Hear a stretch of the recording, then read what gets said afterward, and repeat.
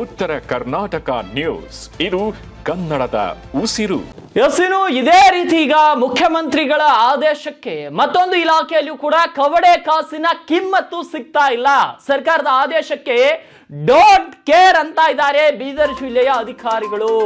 ಈಗ ಉಪನೋಂದಣಾ ಇಲಾಖೆ ಅಧಿಕಾರಿಗಳ ಕಚೇರಿಯಲ್ಲಿ ಕೂಡ ಸಿಬ್ಬಂದಿಗಳು ಬಂದಿಲ್ಲ. ಇದಾದ್ಮೇಲೆ ಅಲ್ಪಸಂಖ್ಯಾತರ ಕಲ್ಯಾಣ ಇಲಾಖೆಯಲ್ಲೂ ಕೂಡ ಸಿಬ್ಬಂದಿಗಳು ಸರಿಯಾಗಿ ಸಮಯಕ್ಕೆ ಬಂದಿಲ್ಲ.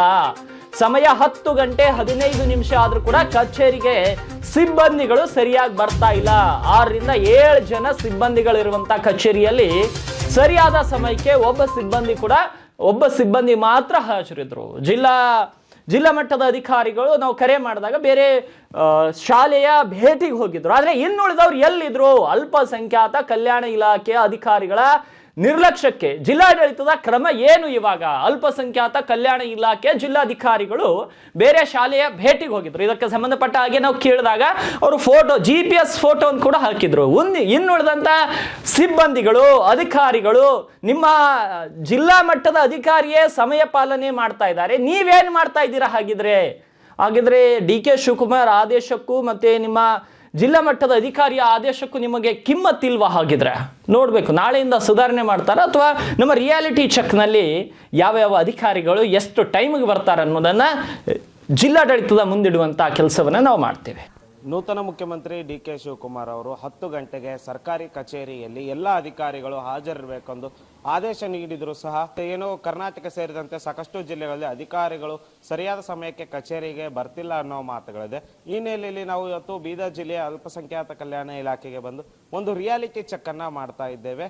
ಇದು ಏನು ಅಲ್ಪಸಂಖ್ಯಾತ ಕಲ್ಯಾಣ ಇಲಾಖೆಯ ಡಿಸ್ಟಿಕ್ ಆಫೀಸ್. ಇದು ಈ ಕಚೇರಿಯಲ್ಲಿ ಎಷ್ಟು ಜನ ಅಧಿಕಾರಿಗಳು ಬಂದಿದ್ದಾರೆ, ಏನು ಸರಿಯಾದ ಸಮಯಕ್ಕೆ ಬಂದಿದ್ದಾರಾ ಇಲ್ವಾ ಅನ್ನೋ ಒಂದು ರಿಯಾಲಿಟಿ ಚೆಕ್ ಅನ್ನ ಇವತ್ತು ನಾವು ಮಾಡೋಣ.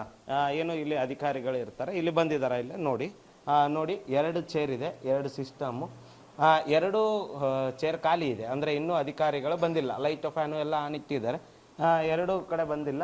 ಅದೇ ರೀತಿ ಇಲ್ಲೊಂದು ಕೋಣೆ ಇದೆ, ದ್ವಿತೀಯ ದರ್ಜೆ ಸಹಾಯಕ ಲೆಕ್ಕಾಧಿಕಾರಿಗಳು. ಇಲ್ಲಿ ಏನೋ 3 ಟೇಬಲ್ ಇದೆ, ಒಬ್ರು ಅಧಿಕಾರಿಗಳು ಬಂದಿದ್ದಾರೆ, ಪಾಪ ಸರಿಯಾದ ಸಮಯಕ್ಕೆ ಬಂದಿದ್ದಾರೆ. ಅವ್ರು 10 ಗಂಟೆ ಆಗಿದೆ ಈಗ ಟೈಮು, ಕರೆಕ್ಟಾಗಿ 10 ಗಂಟೆಗೆ ಅಧಿಕಾರಿಗಳು ಬಂದಿದ್ದಾರೆ. ಅದೇ ರೀತಿ ಇನ್ನೊಂದಿಷ್ಟು ಅಧಿಕಾರಿಗಳು, ಒಟ್ಟು ಇಲ್ಲಿ 6-7 ಜನ ಕೆಲಸ ಮಾಡ್ತಾರೆ. ಎಷ್ಟು ಜನ ಬಂದಿದ್ದಾರೆ ಅಂತ ತೋರಿಸ್ತೀನಿ. ಈಗ ಆಲ್ರೆಡಿ 4 ಚೇರ್ ಖಾಲಿ ಇರೋದನ್ನ ನೋಡಿದ್ರಿ. ಅದೇ ರೀತಿ ಇಲ್ಲಿ ನೋಡಿ, ಇಲ್ಲೂ ಕೂಡ ಯಾವ ಅಧಿಕಾರಿನೂ ಇನ್ನೂ ಬಂದಿಲ್ಲ. ನೋಡ್ತಾ ಇರ್ಬೋದು, ಲೈಟು ಫ್ಯಾನು ಎಲ್ಲಾನು ಆನ್ ಇಟ್ಟಿದ್ದಾರೆ, ಇಲ್ಲೂ ಯಾರೂ ಬಂದಿಲ್ಲ. ಅದೇ ರೀತಿ ದ್ವಿತೀಯ ದರ್ಜೆ ಸಹಾಯಕರು ಕೂಡ ಇನ್ನೂ ಕಚೇರಿಗೆ ಬಂದಿಲ್ಲ. ಏನು ಆನಂದ್ ಕುಮಾರ್ ಸಾವಳೆ ಅಂತ ಅವ್ರ ಹೆಸರು, ಅವರು ಕೂಡ ಬಂದಿಲ್ಲ. ಅಂದ್ರೆ ಇಲ್ಲಿ ಸ್ಪಷ್ಟವಾಗಿ ಗೊತ್ತಾಗುತ್ತೆ 7 ಜನದಲ್ಲಿ ಒಬ್ರು ಮಾತ್ರ ಕಚೇರಿಗೆ ಬಂದಿದ್ದಾರೆ. ಟೈಮ್ ನೋಡ್ಬೋದು ನೀವು, ಅಲ್ಲಿ ಟೈಮ್ ತೋರ್ಸಪ್ಪ, ಅಲ್ಲಿ ಗಡಿಯಾರದಲ್ಲಿ ಟೈಮ್ ಇದೆ, 10 ಗಂಟೆ 15 ನಿಮಿಷ. ಅಲ್ಪಸಂಖ್ಯಾತ ಕಲ್ಯಾಣ ಇಲಾಖೆಯಲ್ಲಿ ಕಚೇರಿಯ ಸಮಯ ಇದು. ಅಂದ್ರೆ ಇವ್ರ ಟೈಮ್ಗೆ ಇವ್ರು ಬಂದಿಲ್ಲ. ಇನ್ನು ನಾವು ಯಾವುದೋ ಒಂದು ಟೈಮ್ ತೋರಿಸಿದ್ರೆ ಇನ್ನೂ ಆಗಿಲ್ಲ ಅಂತ ಹೇಳ್ಬೋದು. ಅವ್ರ ಕಚೇರಿ ಟೈಮ್ಗೆ ಅವ್ರು ಬಂದಿಲ್ಲ. ಅಂದ್ರೆ ಕಚೇರಿ ಸ್ಟಾರ್ಟ್ ಆಗಿ 15 ನಿಮಿಷಗಳು ಆದ್ರೂ ಕೂಡ ಯಾಕೆ ಅಧಿಕಾರಿಗಳು ಬಂದಿಲ್ಲ? CM ಆದೇಶಕ್ಕೆ ಬೆಲೆನೇ ಇಲ್ವಾ? ಮುಖ್ಯಮಂತ್ರಿ DK ಶಿವಕುಮಾರ್ ಅವರು ಸುಮ್ಮನೆ ಕಾಟಾಚಾರಕ್ಕೆ ಆದೇಶ ಮಾಡಿದಾರ? ಅವ್ರು ಯಾವುದೇ ಹೇಳಿಕೆಯನ್ನು ನೀಡಿದ್ರು, ಆದೇಶವನ್ನು ನೀಡಿದ್ರು, ಅಧಿಕಾರಿಗಳು ಬೀದರ್ ಜಿಲ್ಲೆಯಲ್ಲಿನ ಅಧಿಕಾರಿಗಳು, ಅಲ್ಪಸಂಖ್ಯಾತ ಇಲಾಖೆ ಕಲ್ಯಾಣ ಇಲಾಖೆ ಅಧಿಕಾರಿಗಳು ಕೇರ್ ಮಾಡಲ್ವಾ? ಎಲ್ಲದಕ್ಕೂ ಏನೋ ಇಲಾಖೆ ಅಧಿಕಾರಿಗಳು ಉತ್ತರ ಕೊಡಬೇಕಾಗುತ್ತೆ. ಯಾಕಂದ್ರೆ ಏನೋ ಅಲ್ಪಸಂಖ್ಯಾತರ ಉದ್ಧಾರ ಮಾಡ್ತೀವಿ ಅಂತ ಹೇಳೋ ಕಾಂಗ್ರೆಸ್ ಸರ್ಕಾರ ತಮ್ಮದೇ ಸರ್ಕಾರದ ಅವಧಿಯಲ್ಲಿ ತಾವೇ ನೀಡಿರೋ ಆದೇಶದಲ್ಲಿ ಯಾಕೆ ಈ ರೀತಿ ಆಗಿದೆ ಗೊತ್ತಿಲ್ಲ. ಅದೇ ರೀತಿ ಅಲ್ಲಿ ಏನು ಡಿಸ್ಟ್ರಿಕ್ಟ್ ಆಫೀಸರ್ ಕ್ಯಾಬಿನ್ ಅದು ಕೂಡ ತೋರಿಸ್ತೀನಿ, ಅದು ಕೂಡ ಇನ್ನೂ ಬಂದಿಲ್ಲ.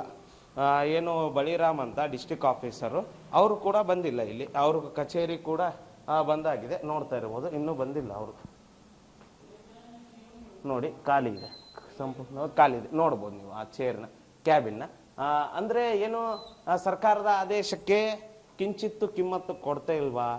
ಆದೇಶ ಮಾಡ್ತಾರೆ, ಅವ್ರ ಪಾಡಿಗೆ ಅವ್ರು ಮಾಡ್ತಾರೆ, ಕರ್ತವ್ಯ ಆ್ಯಪ್ನಲ್ಲಿ ಅಪ್ಡೇಟ್ ಮಾಡಬೇಕು, ಆದ್ರೂ ಕೂಡ ಯಾಕೆ ಬರ್ತಿಲ್ಲ? ಕಾಟಾಚಾರಕ್ಕೆ ಮುಖ್ಯಮಂತ್ರಿಗಳು ಆದೇಶ ಕೊಟ್ರ ಅಥವಾ ಈ ಅಧಿಕಾರಿಗಳಿಗೆ ಆದೇಶಕ್ಕೆ ಬೆಲೆ ಕೊಡ್ತಾ ಇಲ್ವಾ ಅನ್ನೋದನ್ನ ಅಧಿಕಾರಿಗಳೇ ಸ್ಪಷ್ಟನೆಯನ್ನ ನೀಡಬೇಕಾಗಿದೆ. ಕ್ಯಾಮ್ರಾಮನ್ ಸಂತೋಷ್ ಜೊತೆ ದೇವರಾಜ್ ಒಣಗೆರೆ, ಉತ್ತರ ಕರ್ನಾಟಕ ನ್ಯೂಸ್, ಬೀದರ್.